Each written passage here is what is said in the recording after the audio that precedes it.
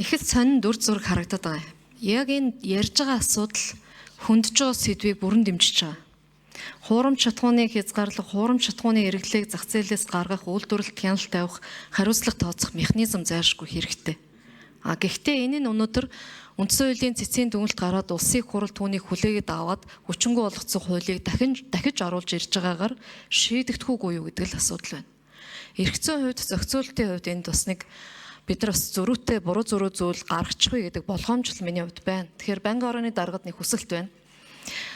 Их хурлын тухай хуулийн 22-ын 3-9-ийн дагуу банкны ороо хууль зүйн дүгнэлт гаргуулах эрхтэй.